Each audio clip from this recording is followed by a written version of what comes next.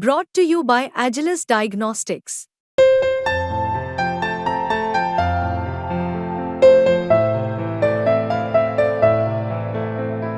Agilus Diagnostics.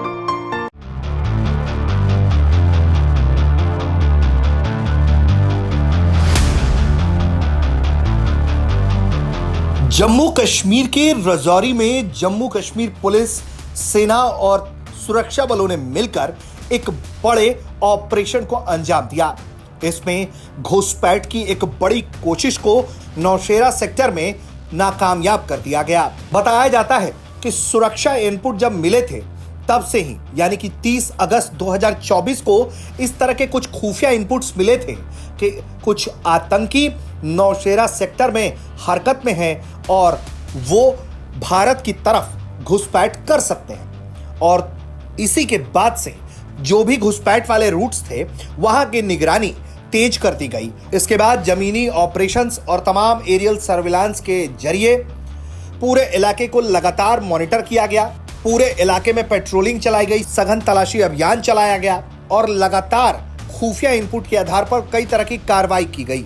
इसके अलावा ऊंची पहाड़े वाले इलाके में भी सैनिकों को बेस किया गया, जिसके जरिए अगर वहां से कोई हरकत हो तो वो उसको भी देख पाए और उसको काउंटर कर पाए।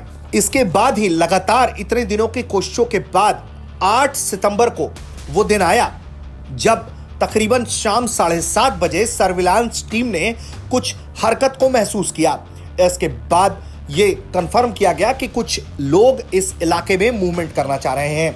इसके बाद से ही दोनों पक्षों के बीच तगड़ी गोलीबारी शुरू हो गई। भारी गोलीबारी रात भर होती रही। उसके बाद यूएवी और नाइट कैमरा और दूसरे सर्विलांस इक्विपमेंट के जरिए आतंकियों को लगातार घेरा गया, उनकी निगरानी की गई और इसी एनकाउंटर के दौरान 2 आतंकियों को मारकर ढेर कर दिया गया। इसके बाद 9 सितंबर की सुबह जब सर्च ऑपरेशन को चलाया गया, पूरे इलाके में एक तरह से सर्च ऑपरेशन चलाए गए ताकि अगर कोई और खतरा है तो उसकी भी पहचान की जा सके। उसी दौरान भारी संख्या में हथियारों का यह जखीरा भी बरामद हुआ, जहां 2 AK-47 राइफल, 1 M4 राइफल, इसके साथ एक पिस्टल और तमाम तरह के गोला बारूद बरामद किए गए। भारतीय सेना ने वक्त रहते जिस तरह से इस ऑपरेशन को शुरू किया और जिस तरह से सेना, जम्मू कश्मीर पुलिस और इंटेलिजेंस एजेंसीज के बीच में आपस में तालमेल बिठाया गया, उससे इस ऑपरेशन को लगातार सघन तरीके से चलाया जा सका।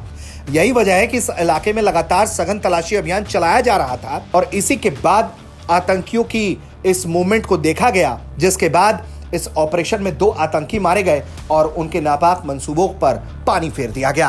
ब्यूरो रिपोर्ट, भारत तक।